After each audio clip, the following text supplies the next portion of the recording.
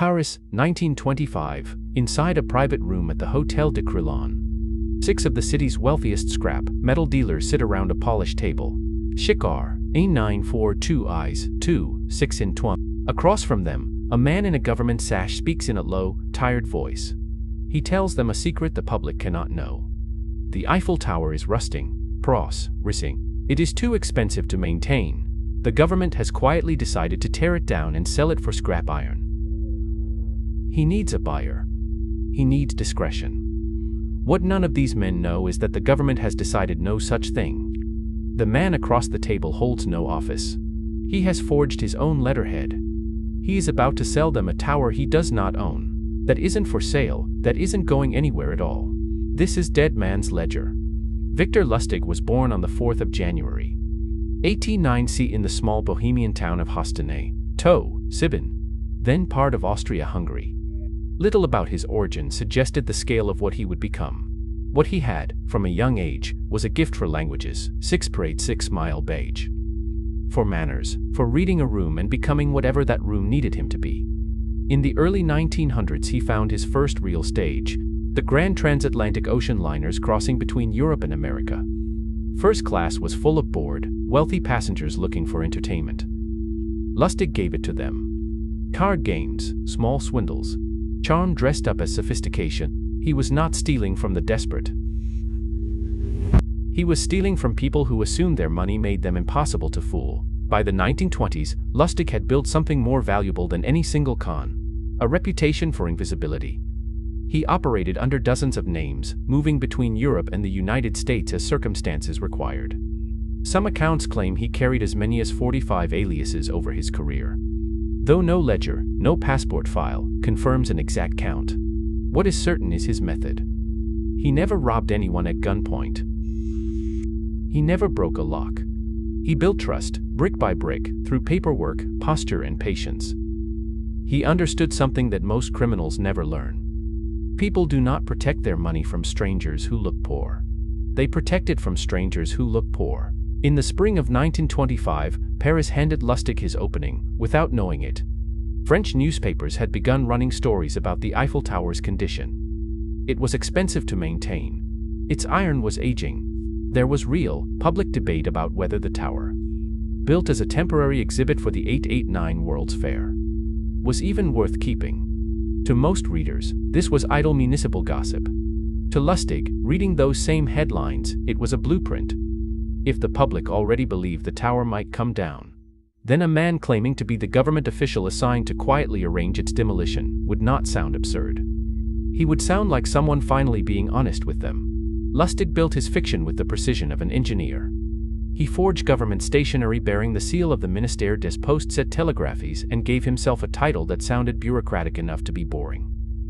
Deputy Director, General. Nobody questions boring. He rented a suite at the Hôtel de Crillon, one of the most prestigious addresses in Paris, 6 dat.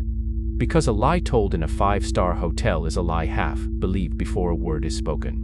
Then he sent quiet invitations to a small circle of scrap metal dealers, reportedly 6 of them, for a confidential government meeting. The word confidential did more work than any forged document ever could. In the meeting itself, Lustig delivered his performance without hesitation. He described the tower's weight in cold, technical terms. Roughly 7,300 metric tons of iron. Numbers precise enough to sound like they came from an engineer's report. Not a swindler's imagination. He explained, regretfully, that the government could not announce this publicly. The French people loved their tower, even a supposedly temporary one. A public dismantling would cause an uproar. It had to be handled quietly, discreetly, by men the government could trust. He was not selling scrap metal, CS, with CS. He was selling the dealers a secret, and the flattering feeling of being trusted with it. Among the 6 dealers, Lustig chose his mark carefully. André Poisson was ambitious, eager to prove himself among Paris's established business circles, and hungry for the kind of deal that would elevate his standing overnight. Lustig read him instantly. When Poisson showed the faintest hesitation, wondering aloud why a government official would behave so informally, Lustig deployed his masterstroke. He hinted, delicately, that his own government salary was modest. and that a man in his position sometimes needed a little something extra to make arrangements move smoothly. It was a bribe request, and it worked precisely because it was corrupt. No honest government official would risk asking for one. Poisson's suspicion evaporated. He paid for the rights to the tower. He paid the bribe on top of it. And Lustig, sum in hand, left Paris that same week for Vienna. Here is the detail that turns this from a clever swindle into something almost architectural in its cruelty. No metal changed hands. No demolition crew arrived. No scrap was ever loaded onto a single truck. The entire transaction existed only on paper, in a hotel suite. In the space between what Poisson believed and what was true. The tower stood exactly where it always had, visible from the windows of the very hotel where its fake sale was negotiated. Lustig had sold a landmark that was never his to sell, that was never for sale, and that never moved an inch. And he did it by selling something far more valuable than iron. The feeling of being let in on a secret, too dumb. André Poisson never went to the police. To report the fraud was to admit, publicly, that he had handed over a fortune for a landmark he never once questioned, based on nothing but a title and a rented hotel room. Shame is its own kind of prison. Poisson chose silence over humiliation, and in doing so, he left Lustig completely free. Months later, feeling untouchable, Lustig returned to Paris and staged the identical con a second time. With a new set of dealers. It should have worked again. But this time, one of the victims did what Poisson could not bring himself to do. He went to the police. Lustig fled France within days, this time for the United States. And this specific fraud, the one that would make him legendary, was never formally prosecuted anywhere. In America, Lustig kept working. He sold gullible investors a wooden box he called the Romanian money box, claiming it could duplicate banknotes overnight, a fantasy machine that worked only long enough for the mark to hand over real cash and walk away with a box full of blank paper.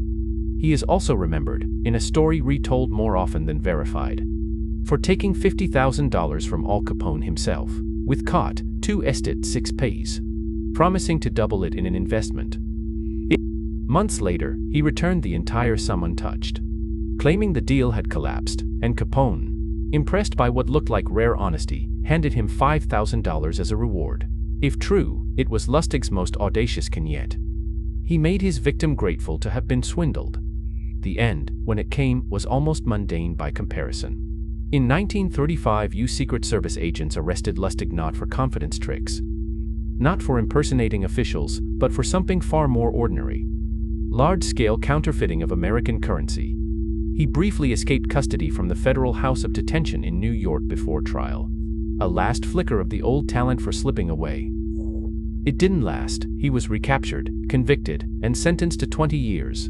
Sent to Alcatraz, a fortress built for men the government could not otherwise contain. On the 11th of March, 1947, Victor Lustig died at the U.S. Medical Center for Federal Prisoners in Springfield, Missouri, officially of pneumonia.